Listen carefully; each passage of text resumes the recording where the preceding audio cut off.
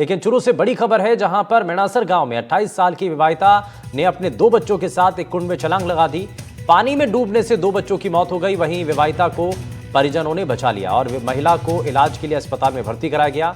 इस घटना के बाद महिला के देवर ने पुलिस में रिपोर्ट दी है, जिस पर पुलिस ने मुकदमा दर्ज कर जांच शुरू कर दी है।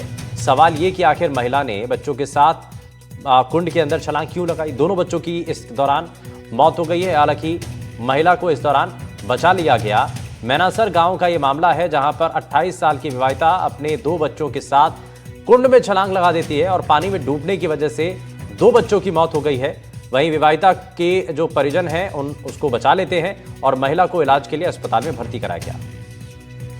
क्यों पहुंचे मौके से, फिर वो घर वाले उस महिला को और दोनों बच्चों को लेकर हॉस्पिटल लेके आ गए थे, जिसमें एक बच्चा है 1 साल का और बच्ची है 3 साल की।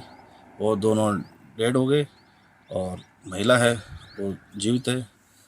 पता चला कि महिला है जो आत्महत्या के प्रयास के चक्कर में पानी के कुंड के अंदर कूदी थी, जिसमें उन दोनों बच्चों की डेथ हो गई और ये बच गई। इसमें प्रकरण दर्ज करके अनुसंधान किया जा रहा है। और इस खबर पर ज्यादा जानकारी के साथ हमारे संवाददाता गजेंद्र जुड़ गए हैं। गजेंद्र, क्या जानकारी मिल रही है, कैसे और क्यों आखिर इस कुंड के अंदर महिला ने अपने बच्चों के साथ छलांग लगाई? इसके पीछे की वजह क्या थी, साफ हो रही है अभी? देखिए, शुरुआती जांच में ये सामने आ रहा है कि शायद संभवतः पारिवारिक कारणों के चलते ही इस प्रकार का कदम है महिला ने उठाया। इस हादसे में दुखद ये रहा कि 2 मासूम बच्चों की मौत हो गई, जबकि जो महिला है उसे बचा लिया गया है। महिला है वो अपने घर के अंदर जो कुंड बना हुआ था उसमें आत्महत्या के इरादे से अपने बच्चों के साथ कूद गई, जिसमें दोनों बच्चों की मौत हो गई, लेकिन महिला है वो बचाई जा सके। अब जो महिला का देवर है 23 वर्षीय, उनकी रिपोर्ट के आधार पर मामला है वो दर्ज हो गया है। हालांकि नरगिस है वो इस पूरी घटनाक्रम में बच गई। हालांकि उनका जो बेटे थे, जो संतान थी, उनकी इस पूरे घटनाक्रम में मौत हो गई। जी, परिवार की तरफ से एक शिकायत भी दर्ज करा गई है गजेंद्र?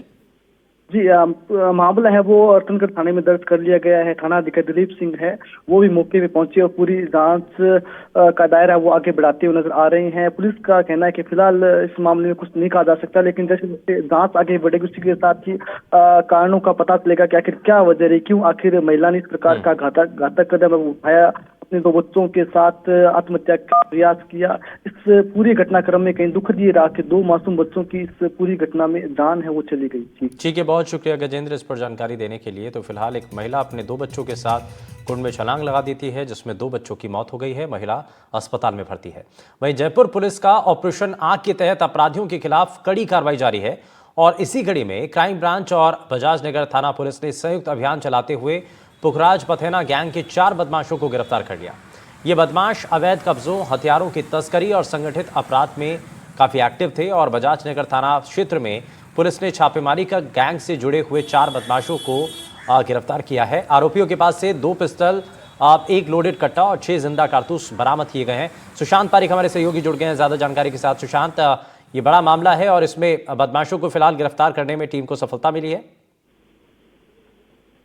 आग जयपुर पुलिस का इसी मकसद के साथ चल रहा है कि इस तरह के जो बदमाश जो संगठित तौर पर काम कर रहे हैं, अलग अलग वारदातों को अंजाम देने की फिराक में हैं और जमीन पर कब्जों से जुड़े हुए मामले हों या फिर लूट या डकैती, हत्या जैसे पहले के इनके खिलाफ मामले चल रहे हैं, तो ये लिस्टेड बदमाश हैं और इनके खिलाफ लगातार पुलिस एक अभियान के जरिए काम कर रही है। और जैसा कि हम देख रहे हैं, इन बदमाशों के पास देसी पिस्टल भी मिले हैं, कारतूस भी हैं, कट्टा भी है और ये बदमाश कई दूसरे राज्यों में भी लगातार इस तरह के कामों में लिप्त रहे हैं।